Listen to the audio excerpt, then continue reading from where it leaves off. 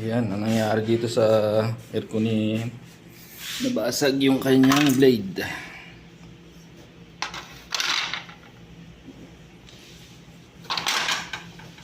Yan guys, nabasag yung blade.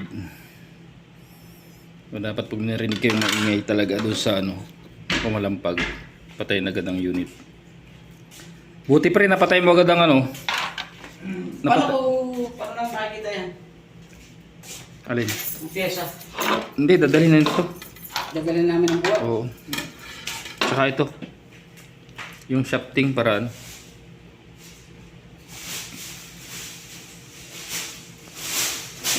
Yan.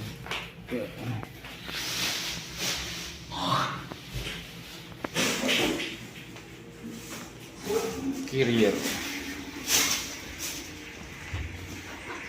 Sila na magbuo nito.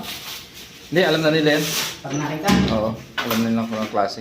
Ay, president niya. Dito ka muna. Oo. Alam niyo na naman bilhin ito, no? Ay, basta kung straight na yun. May namamasok na babae dyan, iyan ka. Ba, tayo dyan.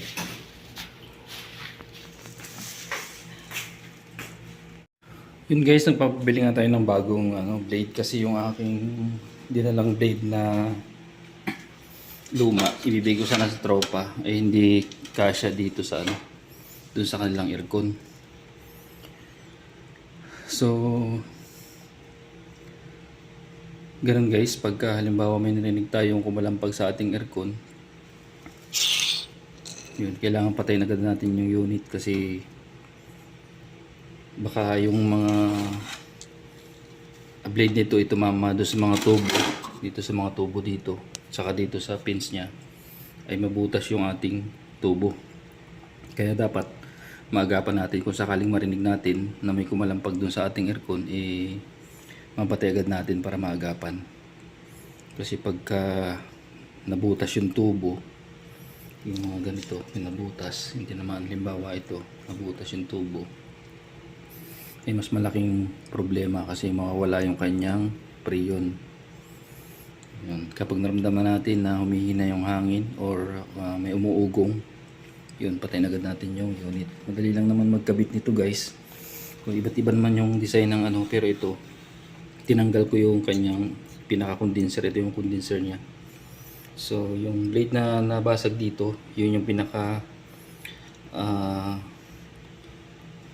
nagpapalamig dito sa ating condenser side. Kaya napakahalaga din nun. Yun. Yung may mga tornilyo dito sa gilid, tatanggalin lang yan. Tapos nakakabit dito sa may shafting nya dito. Yung ganitong blade. Ganito siya. Kaso ito hindi kakasya nga, kaya nagpabili tayo ng bago. So tayin lang natin yung tropa na bumili. Mura lang naman yan, yung blade na yan. Yan, carrier nga pala guys itong ating ginagawang lumang window type. At yan, piston type yung kanyang compressor. At mahalaga talaga na pinapakaramdaman din natin yung ating aircon kasi para maagapan natin hindi lalo lumaki yung problema. Kasi pag dire-diretso din yung andar nya, mahihirapan tong compressor mag-high pressure bro. Kasi wala na yung blade, wala na yung pan blade nya na nagpapalamig dito sa condenser, kaya tataas yung pressure at temperature ng ating gas dito sa ating system.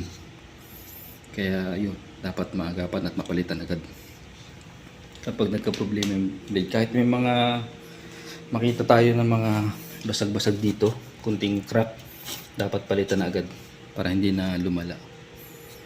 Yun. Grabe yung durog nung blade kanina, kung nakita nyo doon sa unang video natin.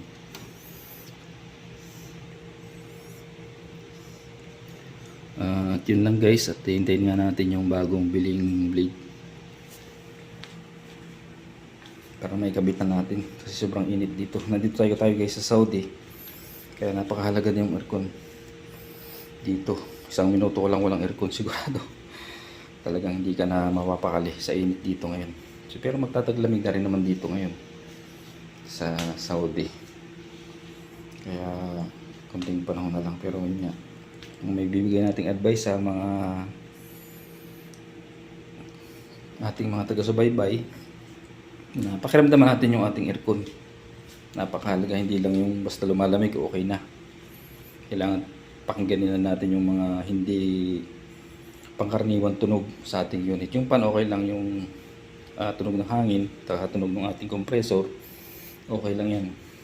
Na marinig natin may ingay, pero kaya iba ng mga kalampag, so yun, kailangan talaga maagapan. Excuse. Swerte na din kasi hindi na damage yung mga tubo dito sa ating condenser side. At yun lang yung sira, kunti lang yung ating mga gastos dito. Yun nga, hindi nagkasya yung ating lumang blade. Sana hindi nagagastos ng yung ating tropa. Ayan na, si Engineer Richmond at saka si Engineer Greg Mendoza. Ayan, nakabili na guys ng bagong blade. Baka mabagsak pa. Yan, blade. Nakabit na natin doon. Yun! Ayos na. Ito yung bagong blade natin na medyo manipis. Palabas kaya pala. Para mapaandar na to.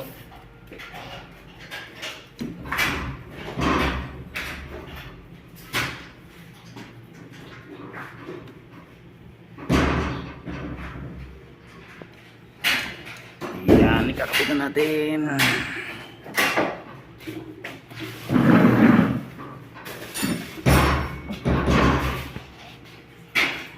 Tapos na guys, ito naikabitan natin ang pan motor.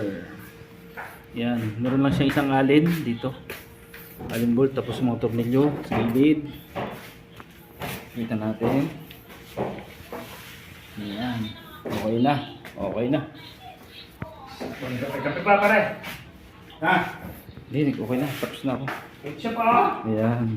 So, titingnan natin bago natin paandarin. Tingnan natin to kung may mga sayad o wala naman.